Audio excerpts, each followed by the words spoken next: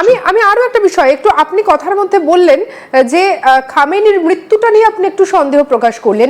অন্যদিকে আমরা যদি দেখি যে ইরান কিন্তু বলে দিয়েছে যে তারা লড়াই চালিয়ে যাবে এবং সেই লড়াই হবে ভয়ঙ্কর। স্বাভাবিকভাবে তাহলে এই প্রশ্নটা উঠে আসে যে সর্বোচ্চ নেতার মৃত্যুর পরে এতটা জোর কোথা থেকে পাচ্ছে ইরান? তাহলে কি খামেনি বেঁচে আছে, পিছন থেকে কি তিনিই আসলে পুরোটা পরিচালনা করছেন? না, আমি আমি এটা একবারে বলছি না হলফ করে খামেনি। দেখুন, আমরা এত এত হাজার কিলোমিটার দূরে বসে আছি, আর সাধারণ মানুষ হিসেবে এটা বলা কোনোদিনই সম্ভব না খামেনি বেঁচে আছেন না মারা গেছেন। সুতরাং সেটা নিউজ এজেন্সি এবং বিভিন্ন অ্যানালাইসিস কেন্দ্রিক। সেটা বলতে গেলে আমি আপনাকে বলছি খামেনি কিভাবে মারা গেল। খামেনি মারা গেল কোথায় মারা গেল? রাদার খামেনি মারা গেল তার অফিসে, তার গৃহের সাথে লাগোয়া অফিসের মধ্যে খামেনি কাজ করতে করতে মারা গেল। পয়েন্টটা হচ্ছে, আপনার মনে হয় যে ইরানের উপরে যে আক্রমণ হতে চলেছিল, আমি আপনি কলকাতায় বসে সেই নিয়ে 100টা শো করে ফেলেছি, আর ইরানের যার উপরে অ্যাটাক হতে চলেছিল তার কাছে ইন্টেলিজেন্স ছিল না? কখন কিভাবে কে কিভাবে কোন রকম ভাবে তাদের উপরে অ্যাটাক করবে সে জানতো না। এবং সে তার উপরে যখন আজকে অ্যাটাকটা হলো, সে তখন ওয়েট করছিল যে তাকে কখন মেরে ফেলা হবে। তার জন্য সে অফিসে বসে কাজ করছিল আর মরে গেল গিয়ে। আমার কোথাও গিয়ে এটা ব্যক্তিগতভাবে মনে হয় যে এটা একটা ন্যারেটিভ সেট করা হলো ফোকাস পয়েন্টটাকে সরিয়ে নেওয়ার জন্য। সাধনা হচ্ছে তাদের মধ্যে কেউই মানে খুব একটা থ্রেট হিসাবে ইউএস লিস্টে নেই।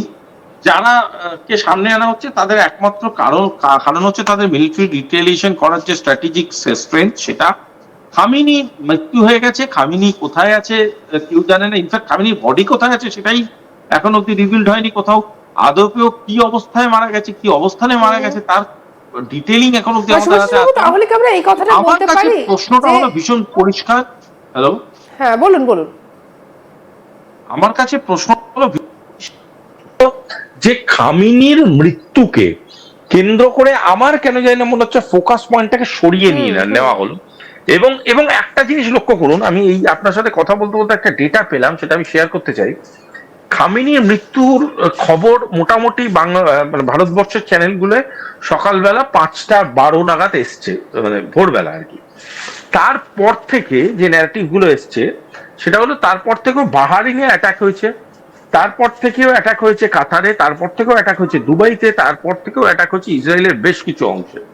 সেই অ্যাটাকের পরিধি কি? সেই অ্যাটাকের পরিধি হচ্ছে মিসাইলস, সেই অ্যাটাকের পরিধি মূলত ড্রোনস, এবং সেই অ্যাটাকে বহু সাধারণ মানুষ মারা গেছে, বহু স্ট্র্যাটেজিক পয়েন্টসে হিট করে হয়েছে, এবং কিছু স্ট্র্যাটেজিক টার্গেটকে লক্ষ্য করে ছোড়া হয়েছিল, যদিও সেটা কি লাগেনি, which includes Israel's defence headquarters. আমার পয়েন্টটা হচ্ছে, আপনি খুব প্র্যাকটিক্যালি ভেবে দেখুন, আপনার রাষ্ট্রপ্রধান বা আপনার বিগেস্ট ডিক্টেটর বা যে বিগেস্ট লিডার, সে মারা যাওয়ার পরে 2-3 ঘন্টা 4 ঘন্টা এই ধরনের কন্টিনিউয়াস অ্যাটাক হচ্ছে, এত স্ট্র্যাটেজিক হিটস হচ্ছে, এটা মানে কোথাও গিয়ে আমার মনে হচ্ছে একটা আমি পজ এক্সপেক্ট করেছিলাম। তাহলে কি বহির্বিশ্বের চোখে ধুলো দিয়ে আসলে এত বড় একটা কি প্ল্যান চলছে, এটা কি আমরা বলতে পারি? বা আমরা কি ধীরে ধীরে তৃতীয় বিশ্বযুদ্ধের দিকে এগিয়ে যাচ্ছি, সেই সন্দেহটাও কি থেকে যাচ্ছে সুভাষিস বাবু?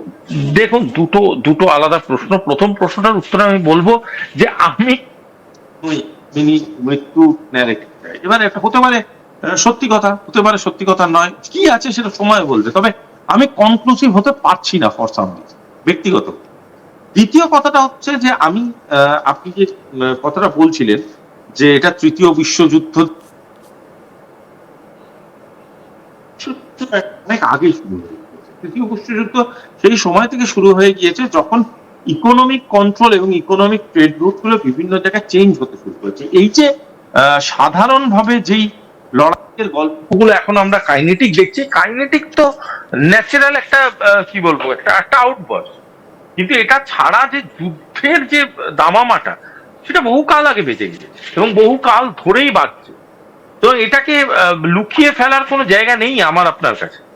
সুতরাং এটা যেটা ঘটছে, এটা এটা এটা ঘটবেই, এটা ঘটতে বাধ্য, এবং তার জন্যই গোটা প্রক্রিয়াটাকে দিনের পর দিন সময় মতো করে সাজিয়ে গুছিয়ে তৈরি করা হয়েছিল। সুতরাং এই যে থার্ড ওয়ার্ল্ড ওয়ারটা একটা ডাইরেক্ট হতে পারে, একটা ব্র্যান্ড ভ্যালিউ হতে পারে থার্ড ওয়ার্ল্ড ওয়ারের, কিন্তু অ্যাকচুয়ালিটি থার্ড ওয়ার্ল্ড ওয়ার অনেকদিন ধরেই চলছে, এবং এটা ওই বিটস এন্ড পিসেসে চলছে, বিভিন্ন সেগমেন্টে চলছে, ইকোনমিতে চলছে, কালচারে চলছে, এটা বিভিন্ন রকম ভাবে চলছে এবং এটা কনভেনশনাল আর নন কনভেনশনাল দুটো ব্লেন্ডই প্রপারলি আছে। থার্ড ওয়ার্ল্ড ওয়ার আমার কোথাও গিয়ে মনে হয় না যে নেই বা শুরু হবে বা এরকম ধরনের। এটা অনেক দিন ধরেই চলছে। এটার কাইনেটিক সেকশনটা হয়তো আগামী দিনে একটু বাড়বে বলে আমার মনে হয়। বেশ, অবশ্যই সুভাষিস বাবু আপনি আমাদের সঙ্গে থাকুন। এই আলোচনাকে অবশ্যই এবারে আমরা আরো বেশ কিছু বিষয়ের মধ্যে দিয়ে এগিয়ে নিয়ে যাব, কারণ বর্তমানে যদি আমরা দেখি ভারত বরাবরই থাকে শান্তির পক্ষে, কিন্তু এই যে যুদ্ধ, এই যুদ্ধতে ভারতের লাভ নাকি ক্ষতি, কার পক্ষ নেবে, তাই নিয়ে করব পরবর্তী আলোচনা। ভারত কার পক্ষ নেবে, এতে ভারতের লাভ হবে না ক্ষতি হবে, মোদি এবং জয়শঙ্কর মিলে আসলে তারা কি প্ল্যান করছেন, এই সমস্ত কিছু নিয়ে অবশ্যই কিন্তু বর্তমানে একাধিক প্রশ্ন উঠতে শুরু করেছে। আবার যদি আমরা ভারতের ভেতরের অবস্থাটা দেখি, আবার এই খামেনির মৃত্যু সংবাদ আসার পরে ভারতের বিভিন্ন জায়গায় আবার মুসলিম মানুষজন প্রোটেস্টও শুরু করেছেন। সেই সমস্ত ছবিও ধরা পড়েছে, কেউ কেউ আবার কেঁদে ভাসিয়েছেন। আসলে হচ্ছেটা কি? আমাদের সঙ্গে রয়েছেন আন্তর্জাতিক সম্পর্ক বিশেষজ্ঞ শুভাশিস ব্যানার্জি। শুভাশিস বাবু, বর্তমানে ভারত ঠিক কোন দিকে যাচ্ছে একটু বলুন তো, এতে ভারতের লাভ হচ্ছে না ক্ষতি হচ্ছে? দেখুন, ভারত একটা অর্গানিক পলিসি প্র্যাকটিস করে এবং এই অর্গানিক পলিসি প্র্যাকটিস থেকেই ভারত অ্যামালগ্যামেট করে চলেছে দীর্ঘদিন ধরে। এবং সেই জিনিসটা কি, সেটা হলো ব্যালেন্স ডিপ্লোমেসি। এই ব্যালেন্স ডিপ্লোমেসিটা ভারত চিরটা কাল করে চলেছে এবং ভারত কোনোদিনই কখনোই কোনো পক্ষপাতিত্ব, অন্ধত্ব বোধ এগুলোতে বিশ্বাস করে না। এবং ভারত চিরটা কাল এই ধরনের একটা স্ট্র্যাটেজিক স্ট্যান্ড নিয়ে চলেছে, যেই স্ট্র্যাটেজিক স্ট্যান্ডগুলোর মধ্যে দিয়ে ভারত সর্বদা সর্বকাল নিজেদের স্ট্যান্ডটাকে এমন ভাবে দেখিয়েছে যে ভারত হচ্ছে the most powerful balance country. সেখানে ভারত ইসরায়েলের সাথে যেমন কথা বলেছে এই ঘটনার পরে, ইরানের সাথেও কথা বলেছে, ভারত বাহরাইনের সাথে কথা বলেছে, কাতারের সাথে কথা বলেছে, এমনকি সৌদির সাথে কথা বলেছে এবং অফিসিয়ালি ডিক্লেয়ার যে এদের সাথে কথা বলেছে। এই কথাগুলো বলার পিছনে কারণটা কি? কারণটা হচ্ছে ভারতের সেন্স অফ কনসার্ন বোঝানো, ভারতের সেন্স অফ রিজার্ভেশন বোঝানো, যেখানে ভারত বুঝিয়েছে যে আমি এই আমার লোকজনকে আমি সংরক্ষিত করতে চাই। তৃতীয়ত, ভারত এটা বুঝিয়েছে, বারংবার বুঝিয়েছে যে একমাত্র ডায়লগের রাস্তা দিয়েই এই প্রবলেমগুলো সলভ হতে পারে, একমাত্র ডায়লগের রাস্তা দিয়েই গোটা ম্যাপিংটা হতে পারে। এখানে এরকম কোনো ব্যাপার নেই যে আমি মানে অন্যদিকে গেলাম, আমি অন্যরকম ভাবলাম, বা আমি নিজে কোনো ইন্টারভেনশনে গেলাম, কন্ট্যাক্ট তৈরি করলাম, বা আমি নিজে কোনো এনগেজমেন্টে গেলাম। আমি কোনো এনগেজমেন্ট, কন্ট্যাক্ট কিচ্ছু তৈরি করছি না।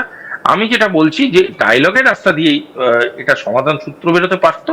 এই কাইনেটিককে আমি কোনোভাবে সমর্থন করি না। সেটা আফগানিস্তান পাকিস্তানের ক্ষেত্রেও ভারতের স্ট্যান্ড ছিল, আফগানিস্তানকে বুঝিয়েছে, এবং এই সেম ক্ষেত্রে ইসরায়েল ইরান দুজনকেই বার্তা দিচ্ছে ভারত। আমরা